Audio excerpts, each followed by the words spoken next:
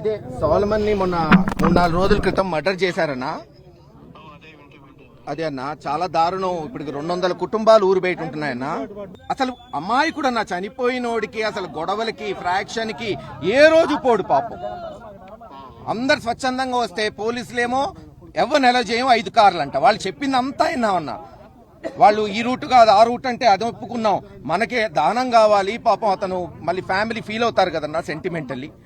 అన్ని ఒప్పుకున్నాం. తీరా ఊరి దగ్గరికి వస్తే ఇప్పుడు ఊర్లోకి ఎలా చేయరంట. ఓన్లీ 5 నాయకులు పంపిస్తారంటే రోడ్డు మీద కూర్చున్నామన్నా. ఇప్పుడు అనుజ్ రావు అని వాళ్ళ బ్రదర్ అన్నా. సార్ సార్ నమస్తే సార్. నమస్తే నమస్తే నమస్తే వింటున్నా. ఇప్పుడు జరిగిందంటే చెప్తాను సార్.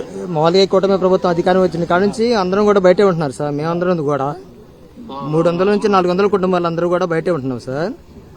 ఇప్పుడిప్పుడే కొద్దిగా కొంతమంది ఈ ఇల్లు పొలాలు చేసుకోవడానికి అని చెప్పేసి వస్తుంటున్నారు సార్. అదే మన కోర్టు ఆర్డర్ కూడా మనకు అనుకూలంగానే ఉంది కదా. అవును సార్. దాన్ని చూసుకొని మనం అప్పుడప్పుడు కొంతమంది వచ్చేస్తారు సార్. అయితే బ్రదర్ కూడా ప్రస్తుతానికి గ్రామం పక్కన బ్రాహ్మణపల్లిలో నివాసం ఉంటున్నాడు సార్. వదినమ్మ గారికి బాగలేకపోతే చూడటానికని వచ్చాడు సార్.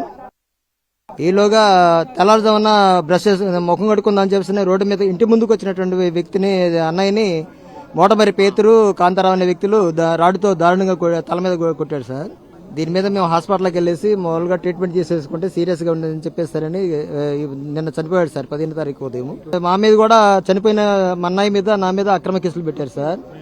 324 కొట్టారు సార్. వాళ్ళు కూడా కొట్టారు. ఈ విధంగా దారుణంగా హత్యాయత్నం చేశారు సార్. మేము అడిగితే మీరే కొట్టారంట అని చెప్పేసానండి. వాళ్ళ మీద కూడా 324 కేసు మాత్రమే కట్టాడు సార్ పోలీసులు. ఊళ్ళో మాత్రం 300 నుంచి 400 కుటుంబాలు ఇప్పటికీ బానిస బతకలా చేస్తుంది సార్. ఆ ఊళ్ళో కూడా నియంత్రితంగా ఉంది వ్యవహారం అంతా.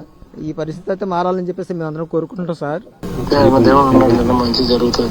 చాచేపల్లి సిఐ ఎస్ఐ అన్న కేసులు కట్టింది వీళ్ళు కోమాలో ఉంటే వీళ్ళ మీద 324 కట్టారన్న. అవతల వాళ్ళ మీద కట్టాల్సింది. డిజిటల్ డైరీలోకి ఎక్కించి జరిగిన చేస్తానన్నా, తప్పకుండా చేస్తానన్నా. మీ దగ్గరికి కూడా తీసుకొస్తానన్నా వచ్చే వారం వాళ్ళని.